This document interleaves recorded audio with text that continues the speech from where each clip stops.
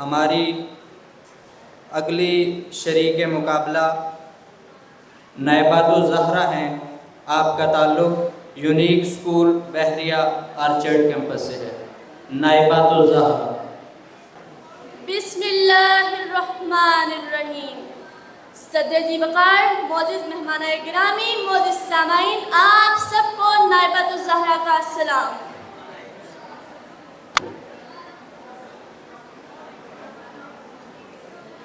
یہ موضوع، یہ مصرع جب میں نے پڑھا تو میرا دل بے قرار ہو گیا، مضطرب ہو گیا.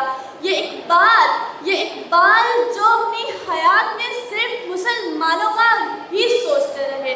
ذوالفقار، کیا ایسا کوئی ستارہ چمکتا ہے جس کی حیات بھی پیغام ہو اور موت بھی پیغام، جس کی حیات بھی پیغام ہو اور موت بھی پیغام؟ معزز سامعین، اقبال کا ہر کلام ہمیں ایک سبق دیتا ہے اور ہمیں چاہیے کہ ہم اس سبق کو لیں، نہ کہ تقاریر میں جا کے سنا دیا جائے. علی وقار، میں ایک بات پوچھنا چاہوں گی. میں جب سوچتی ہوں کہ اقبال بار بار اپنی شاعری میں نوجوانوں سے ہی کیوں مخاطب ہوتا ہے، تو رکیے، ٹھہریے.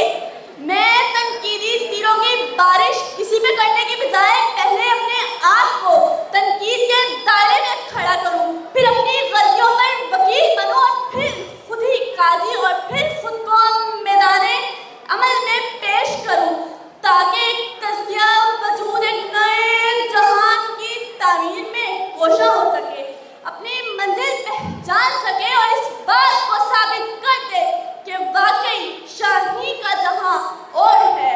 علی وقار، میں 1947 سے سانس لیتی پاکستانی ہوں. میری آنکھوں نے اس وطن کو بنتے دیکھا، ٹکڑوں میں کٹتے دیکھا، ٹرینوں میں کٹتے دیکھا، وفا کے بچوں کی مانند سروں کو لٹتے ہوئے دیکھا. میں نہیں بھاگی، نہ میرے اجداد بھاگے تھے. وقت بڑھتا گیا، کرپشن کا سلسلہ بڑھا، امیر کا بنگلہ بڑا، غریب کی بستیاں چلی. علی وقار، پھر مجھ کو غلامی سکھائی گئی، مجھ کو یورپ کی ترقی دکھائی گئی. مجھ سے کہا گیا بندگی کا نیا سلیقہ لاؤ، اس ملک میں کچھ نہیں رکھا، جاؤ جاؤ امریکہ جاؤ. میں نے فیصلہ کیا، رکوں گی، 100 بار گرائیں گے 100 بار اٹھوں گی.